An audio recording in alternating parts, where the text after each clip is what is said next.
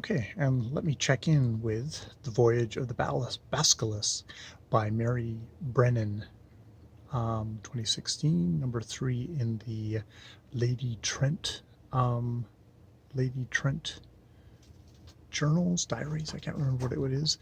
It's memoirs, number 3 in her Lady Trent memoirs, where Isabella is doing this 2-year voyage, and yes, we've had more voyaging. They've had trouble, bureaucratic trouble. They got kind of kicked out of a country basically because of sort of politics. They know about her and the dragon stuff, and there's some sort of race. So they've gone to these other islands, and it seems to be they ended up they had this amazing storm, which is like basically night for 2 days of just horrible vomit-inducing storm. They end up crashed on a reef where they seem to have they've come into contact with and are basically kind of, because they have to repair their ship, they make negotiations with the local tribe, which says yes, you can, but you have to stay here. We'll fetch your items. And it's like it's a Polynesian tribe, I would say, interconnected with lots of other places. But Isabella gets to know this woman.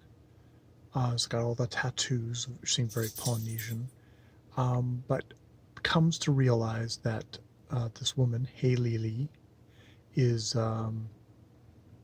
is is actually, I guess, is a dragon spirit, and she recognizes Isabella as a dragon spirit as well.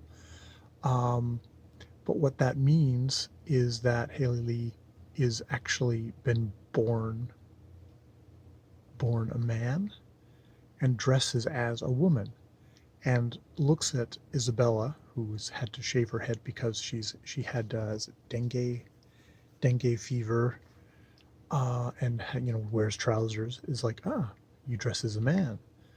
And so, and but when he's quite just like when she says like, but I'm not, I'm a woman, I had a husband, this is my son. He's like, and Haley's like, no, no, no, you don't. That is somebody else's son. You can't have a son. That would cause lots of trouble. The priest would be very upset. And she's like, oh, okay. And so Jake gets assigned to Abby, the nanny, as the thing, and it becomes necessary that she marry a woman of the tribe, because dragon spirits are very dangerous, and the only way that they can be kind of bound within a kind of a tribal structure is if they get married. And luckily, there is a young woman who wants to get married, because her actual intended has to go on a hunting, sailing kind of trip, and but she's afraid of, while he's away, they'll marry her off to somebody that she doesn't want. But if she marries Isabella, then Isabella can just divorce her at the end of the thing, and that's no problem. That's no issue with them. That would just be, if the gods are offended, they'll get Isabella and her crew. So it's a really good thing. Now Isabella at some point does refer to Haley Lee as a transvestite, but I think we'll probably give her a break, as she's a Victorian woman who's slightly mind blown by this whole thing, and just this whole thing of like, I'm marrying a woman. It's like, maybe some people thought that I kind of swung that way, but I do not. And is most kind of she's very unconventional woman in a lot of ways, but no, she likes men and stuff like that. Even though she doesn't have romantic attachments, she has a lot of men around her. But this has been a really good series of her husband got killed a while ago, but since then she's not had any romantic attachments. She's had passionate friendships, I'd say, engaging intellectual things, but no romance, which I really appreciate with this character. I think it really works, and I mean, we can have a good couple of books before we get into that sort of stuff, I'd say. So yeah, it was just like, oh, okay, and I actually recognize this culture. A lot of times I'm very clueless about like, oh, what culture is this a substitute for? But it's like, oh, okay, I can see this being sort of a Polynesian thing, something like that. So yeah, I'm enjoying the book. I'm enjoying the book. They're books that are they are voyages. They're investigations.